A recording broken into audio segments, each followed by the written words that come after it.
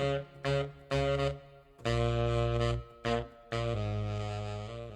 Wargamers, today I want to talk about Dirk Strider, who is the special character Pathfinder for Tau Empire armies. Now, if you like what you hear in this video about Dirk Strider, you can actually head on over to my 3,000 subscribers giveaway video, link in the description below, to enter for a chance to win your very own Dirk Strider model. So, Dirk Strider is one of 2 models I'm giving away. If you don't have it, check out that video, enter in the giveaway, and we could solve that problem for you. Additionally, if you like this video, go ahead and hit the like and subscribe buttons. That way you won't miss any of my upcoming giveaways or unit reviews, anything like that. Cool. So I have Index Xenos 2 here. We can talk about Dirk Strider, and generally he's a really nice force multiplier for your army. He has some limited application, which we'll get into later, but overall that's what he does. He's there to make your infantry units better, and he can actually do that very well, increasing the efficiency of that unit by up to 50%. So, all right, Dirk Strider is 45 points or 3 power level. He has movement of 7, weapon skill 3 up, 2 up ballistic skill, strength 3, toughness 3, 5 wounds, 3 attacks, leadership 8, and a 5 up save. So basically a souped up Pathfinder, just like you would expect. Notably, he has a fair number of wounds, although they're only on a 5 up save, and he does have that 2 up ballistic skill, which is useful if you're using his marker light. Which of course he comes with the marker light, a pulse carbine, photon grenades, just like a normal Pathfinder would. His special rules are for the greater good, as per usual for Tau infantry. The Vanguard special rule, which allows him to move up to 7 inches before the start of the game, and Structural Analyzer, and this is really where he shines. This is his main asset, is the Structural Analyzer special rule. And basically what that does is allows you to subtract 1 from the toughness of enemy unit. So I'll read exactly what it says here. It says, in your shooting phase, choose a friendly Tau Sept infantry unit within 6 inches and an enemy unit visible to Dirk Strider. The enemy unit's toughness is considered to be 1 point lower when that Tau Sept infantry unit targets them with a shooting attack. This ability cannot be used when firing Overwatch. So again, it can only be used in the shooting phase, and it only applies to Tau Sept models. Not Sept keyword models, but the Tau Sept. So that's the same thing that Shadow Sun does. It's locked in to be Tau, not Farsight Enclaves or Viorla or any other Tau Sept. It's Tau specific. So that means that this rule is not going to jive well with Farsight Enclaves armies, because most of them are going to be prescribed to be Farsight Enclaves and not Tau Sept. So that does basically cut out an option there for you. But that aside, the Structural Analyzer actually is really nice. He also has the Fighting Retreat special rule, which in the past was a bigger deal, but now it's basically the fly keyword for retreat purposes. It allows friendly Tau Sept infantry within 6 inches of Dirk Strider in the shooting phase to attack with ranged weapons, even if they fell back that turn. So that just means your Pathfinders, your Fire Warriors, they can fall back from combat and still shoot, which is good. It's a nice asset, but it's not the main reason that you want to bring Dirk Strider, because for the most part, those units, when they get into combat, are not going to last very long, and even if they fall back, you're falling back with only a few models. So really doesn't make its points back in that regard there. But the Structural Analyzer, like I said, is the main reason that you're going to bring him. And so that's what you want to consider when making the decision whether or not to bring Dirk Strider. So when is the Structural Analyzer going to be a beneficial thing? Well, that depends on the toughness of the target unit and the strength of the weapon that you're firing at it. For things like pulse rifles that are strength 5, you're going to get a 25% increase in efficiency when targeting toughness 3 models. For things that are strength 6, like breachers at close range, you're going to get a 25% increase in output when targeting toughness 4 models. That moves them from a 4 to a 3. You're doubling out their toughness, meaning that you only need 2s to roll there. So that's a 25% increase in output.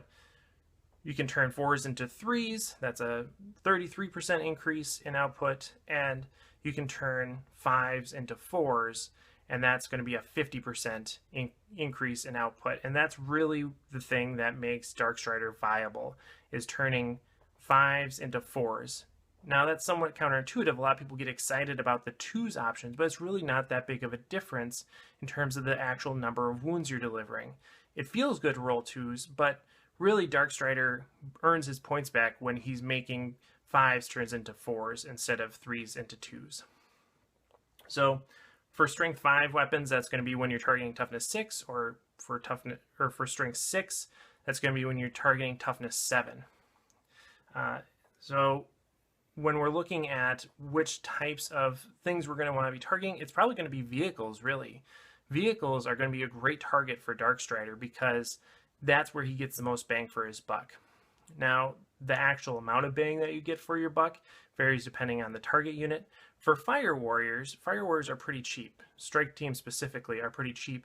And so it's just not going to be worth it to use Darkstrider on a strike team. You're using about, you're getting a 50% increase in Fire Warrior output for an 80-point unit. For a 10-man unit of strike teams, you're going to get 40 points worth of value, and Darkstrider is worth 45 points. So there's no benefit to taking Darkstrider with strike teams because you could just take more strike teams for the same cost and do exactly the same thing. You're not gaining anything from it. Breacher teams, on the other hand, a 50% increase in breacher teams is actually worth it when you consider the fact that breachers almost have to be taken with the devilfish. So the extra cost of the devilfish makes it worth taking Darkstrider with breacher teams when you're targeting toughness 7 units. This makes breachers and Darkstrider alongside them really effective at taking out light vehicles or Necron vehicles especially. So Necrons have quantum shielding. It means that they're resilient or resistant to multi-damage wounds. Breachers, on the other hand, only do 1 wound or 1 damage. So having Darkstrider alongside them can actually make them really good at taking out those Ghost Darks, Annihilation Barges, anything with quantum shielding. Breachers can actually do a fairly good job when they have Darkstrider alongside them. Other units, other infantry units that Darkstrider could potentially pair with, of course, Pathfinders, but they're just not going to make their points back. It's not worth it to take Darkstrider with them. And stealth teams actually are not a bad option because stealth teams themselves are so cost intensive. You actually get a fair amount of efficiency out of pairing them with Darkstrider. And Darkstrider, although he doesn't have a jetpack, he moves 7, which is only 1 less than the 8-inch movement for stealth team, so he can keep up pretty well. And if you're running into issues with that, he can always advance instead of shooting, which is fine because he's just one guy. So it's not a huge deal to have him advance.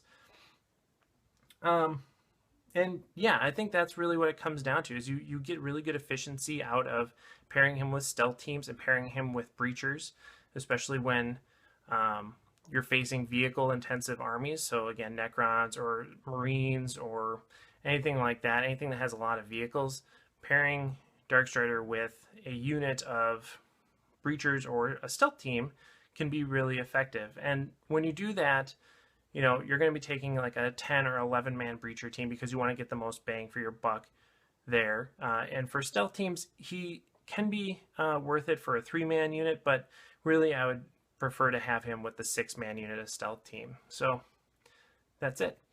Really, I don't think he's an auto-include option. He just doesn't make his points back all the time, and so it's not necessarily a must-take option. But if you're going for a strategy where you want something aggressive, you know that you're going to want to bring breachers, or you know that you're going to bring a lot of stealth teams or something like that, he can be a nice component of that, especially in metas where there are a lot of vehicles or a lot of toughness 7 targets. He can actually be really effective there. But if you're playing in a more infantry heavy area, or you know, something where you're just not going to need to be that aggressive, you can do better by taking other options. So that's it.